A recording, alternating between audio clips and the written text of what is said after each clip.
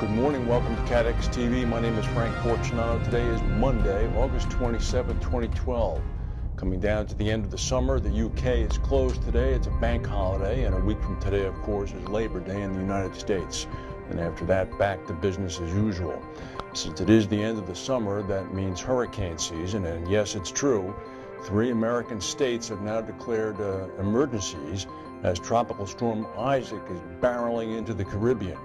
Louisiana, Mississippi, and Alabama have issued their declarations over the weekend, joining Florida, which declared a state of emergency last week. A hurricane warning is now in effect east of Morgan City, Louisiana to Destin, Florida.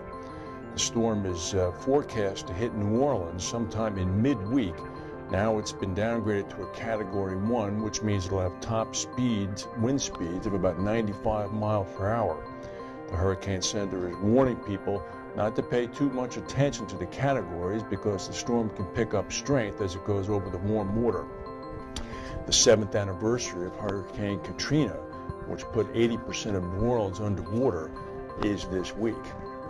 The powerful typhoon that struck Taiwan last week, Typhoon Tenbin, has in fact done what some analysts had thought it might and is now looped back around. It's expected to hit Taiwan later today in the exact same area where it dumped 20 inches of rain just last week. It's got winds of about 75 miles per hour. But the biggest problem is Typhoon Bolaven. Bolaven has wind speeds of about 156 miles per hour. It's passed over Okinawa as a Category 4 typhoon and is now taking dead aim at the Korean Peninsula as well as extreme southern Japan. The traffic in Okinawa is completely paralyzed right now. The airport is closed, and in Korea, people are expecting the worst. Meanwhile, in the Western Hemisphere, a very strong magnitude 7.3 earthquake struck off the coast of El Salvador early this morning. It was followed by an aftershock of about 5.4. A tsunami warning was immediately put into effect for Costa Rica, Nicaragua, El Salvador, Panama, and Mexico.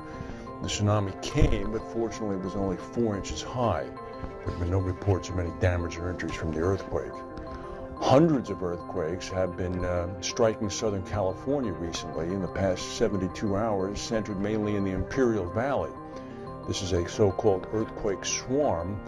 The largest of these measured magnitudes of about 5.5 and 5.3. No reports of any damage, although it seems that a number of buildings have shifted from their foundations and now have to be checked by engineers. In Syria this morning, a military helicopter apparently has been shot down by rebels. The state media confirmed today that in fact the helicopter was downed. It gave no details, however postings on YouTube show that the helicopter was in flames.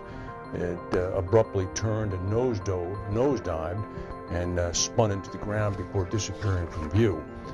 The crash occurred outside the city of Jobar. On Saturday, a huge refinery, the biggest one in Venezuela, essentially blew up.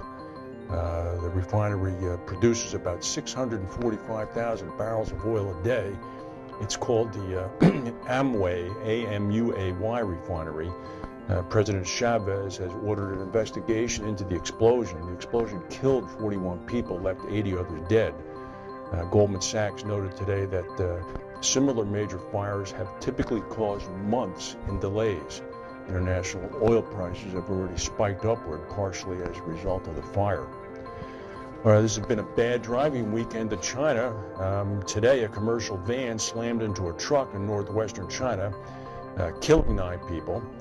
Today's incident brought the overall death toll to 56 dead in 3 big accidents over the weekend. Today's crash happened in Shanxi province.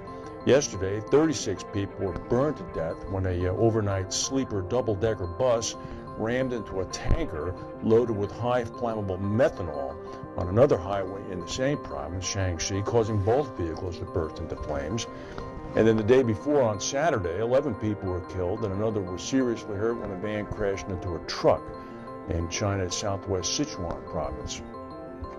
And on Friday afternoon, the ramp of an 8-lane bridge in China's northern city of Harbin collapsed, killing 3 people.